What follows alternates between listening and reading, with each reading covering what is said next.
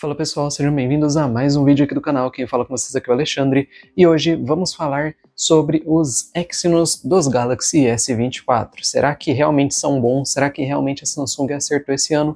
Bom, é o que eu vou falar para vocês agora que os primeiros testes e as primeiras reviews estão saindo aí no YouTube. Antes de prosseguir, se tiver um pouquinho de chiado aí é porque hoje tá uma chuva absurda e por isso que eu não tô nem conseguindo gravar o vídeo no meu computador hoje. Eu tô fazendo esse ângulo um pouquinho diferente para poder produzir o conteúdo para vocês e não ficar sem nada no canal. Mas então vamos lá, galera. Bom, e para começar, o que acontece?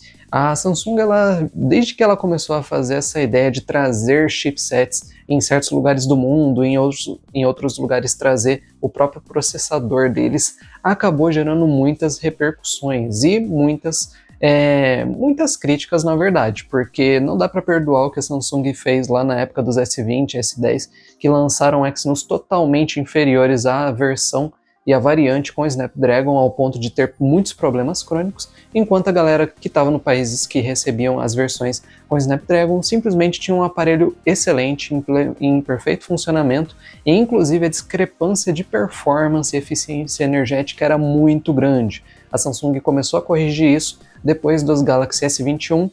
O Exynos 2200 do Galaxy S22 realmente foi um excelente processador, mas ainda tinha aí suas desvantagens, principalmente se comparado ao 8 Gen 2, que também foi lançado, ao 8 Gen 1, na verdade. Porém, vale lembrar que isso foi uma época que a Samsung fez os mesmos processadores, na verdade, né? O 8 geração 1 dos Galaxy S22 também foi feito pela Samsung, então por isso que não foi um bom processador. Em alguns casos, ele ficava parelho, digamos assim, com o mesmo processador Exynos 2200. Esse ano, novamente, Samsung fez isso, porém em mais países ainda. Então, eles fizeram até uma estratégia diferente, colocaram o 8 geração 3 no Galaxy S24 Ultra e nas versões menorzinhas, né, o normal e o Plus, tem o processador Exynos 2400, que é o que eu falo para vocês, não tem problema eles colocarem Exynos, eu não sou hater, mas também não sou fanboy. O que eu quero dizer é que não dá para você colocar um processador muito inferior ou que tem uma péssima eficiência energética quando o outro aparelho da própria linha tem o melhor processador do mercado ou um processador que pelo menos funciona quase que perfeitamente, por assim dizer, né? Que nada é perfeito. Mas esse foi o grande problema. E esse ano agora já está saindo algumas reviews e testes, a gente precisa ver mais detalhes, eu estou gravando literalmente no segundo dia de lançamento e quase não tem nenhuma informação dos S24. Mas aqui no Brasil, por exemplo, é Exynos as duas versões e em outros países também chegaram as versões com Exynos e o pessoal comparou. Em termos de performance bruta, realmente o Exynos 2400 novamente é inferior à versão com Snapdragon, o que já começa sendo um problema de certa forma, né, pessoal? Porque em questões de benchmark, a gente sabe que benchmark não se traduz exatamente para o uso real, então não impacta tanto, ainda mais considerando que os processadores são muito potentes, mas não dá para negar que são inferiores, dando uma diferença de cerca de 200 até 300 mil no AnTuTu Benchmark, e em outras ferramentas a discrepância era de pelo menos aí 10, 20% de performance, o que pode ser uma grande coisa, dependendo, é claro, de onde estava sendo testado, né? Mas acontecia isso, cerca de diferença de 5, 10, alguns chegaram até a ter diferenças de 20%, tá? Outro detalhe muito importante, alguns testes iniciais mostraram o Galaxy S24 menorzinho chegando a 47 graus em testes mais intensos.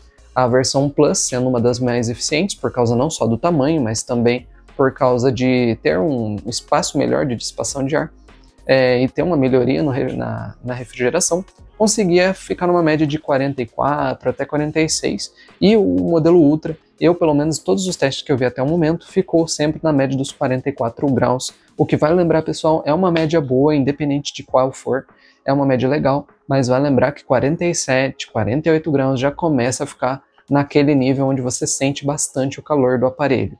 O meu Galaxy S20 FE que está aqui, por exemplo, nos testes mais extremos que eu fiz, em questão de meia hora de gameplay, com tudo no Ultra, gravando vídeo, chegou a bater 50 graus, naquele tempo de calor forte.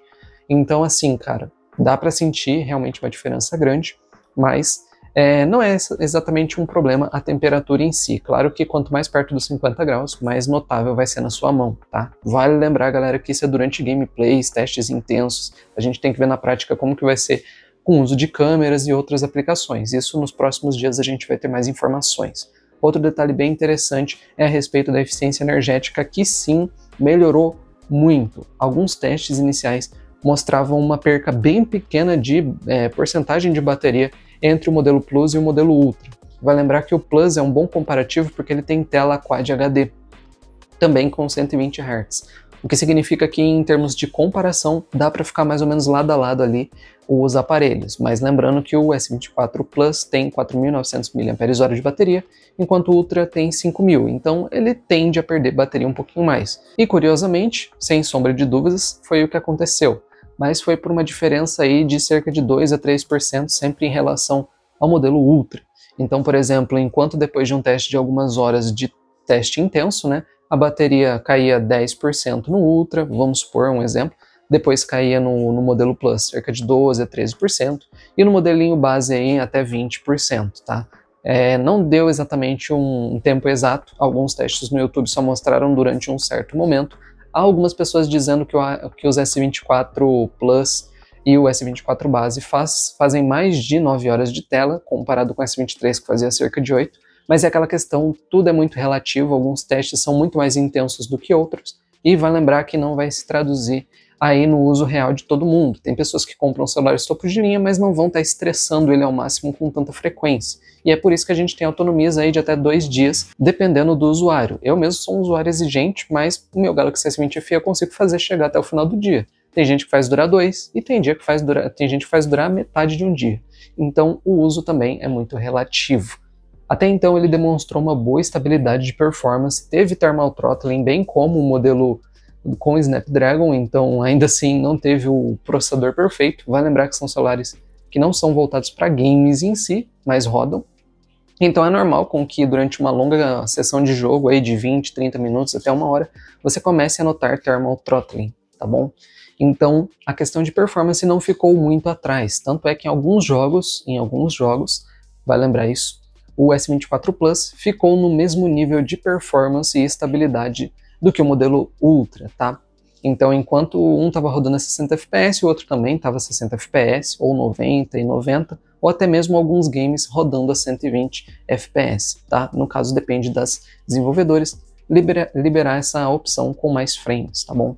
E mesmo assim, eles conseguiram manter uma média muito boa os jogos mais pesados do mercado. Porém, alguns outros, como por exemplo o Genshin Impact, houve aí certos drops de frames, então é aquela questão, né? É um processador que é muito potente, ambos o Exynos 2400 como também o Snapdragon, tá? Mas vale lembrar para vocês que sim, o modelo Ultra leva um pouco mais de performance para casa e por ser um celular grandão, ter uma dissipação melhor de calor, ele consegue manter uma média de temperatura realmente excelente. Agora a gente precisa ver nos próximos dias se a comparação com os modelos antigos, como no caso dos S23, vai ser um salto grande, se não vai ser, mas isso realmente pelo menos agora, eu não tenho testes o suficiente para falar para vocês. Eu não vi nenhum comparativo lado a lado, não vi nenhum teste de bateria equivalente, mas a gente pode comparar médias, né? Então, se você for só pegar a média, geralmente dizem que o S23 está durando em torno de 8 horas de tela. E o modelo S24, algumas pessoas que pegaram o celular inicialmente diz que chega a 10 horas, mas isso a gente tem que ver na prática, né? Bom, mas então é isso, esse é o vídeo que eu separei aqui para vocês, mas falando sobre essa questão mesmo. E comente aí o que você acha do Exynos, se você acha que esse ano a Samsung vai finalmente acertar no processador e fazer com que ele, no mínimo, seja próximo aí do Snapdragon, até mesmo equivalente, e tenha uma boa eficiência energética, tenha um bom nível de performance, ou você acha que eles também vão vacilar e fazer um processador bem inferior, né? Eu gostaria de saber a sua opinião, mas até o momento as informações que eu tenho parecem mais positivas do que os modelos do ano passado. O que já era a hora, né, Samsung? Vamos falar a verdade, já estava na hora de trazer um bom processador aí que pelo menos chegasse o mais perto possível do concorrente, né? No caso do Snapdragon, porque querendo ou não, é um processador bem mais caprichado normalmente, né? O processo de fabricação é mais refinado, então não seria justo a Samsung lançar um modelo top de linha e colocar um processador muito inferior, né? Então, pelo menos esse ano acertaram um pouquinho mais, mas ainda assim cria um certo receio aí no pessoal, né? Bom, mas então esse vídeo eu vou ficando por aqui, espero que vocês tenham gostado, e é isso, galera, até a próxima!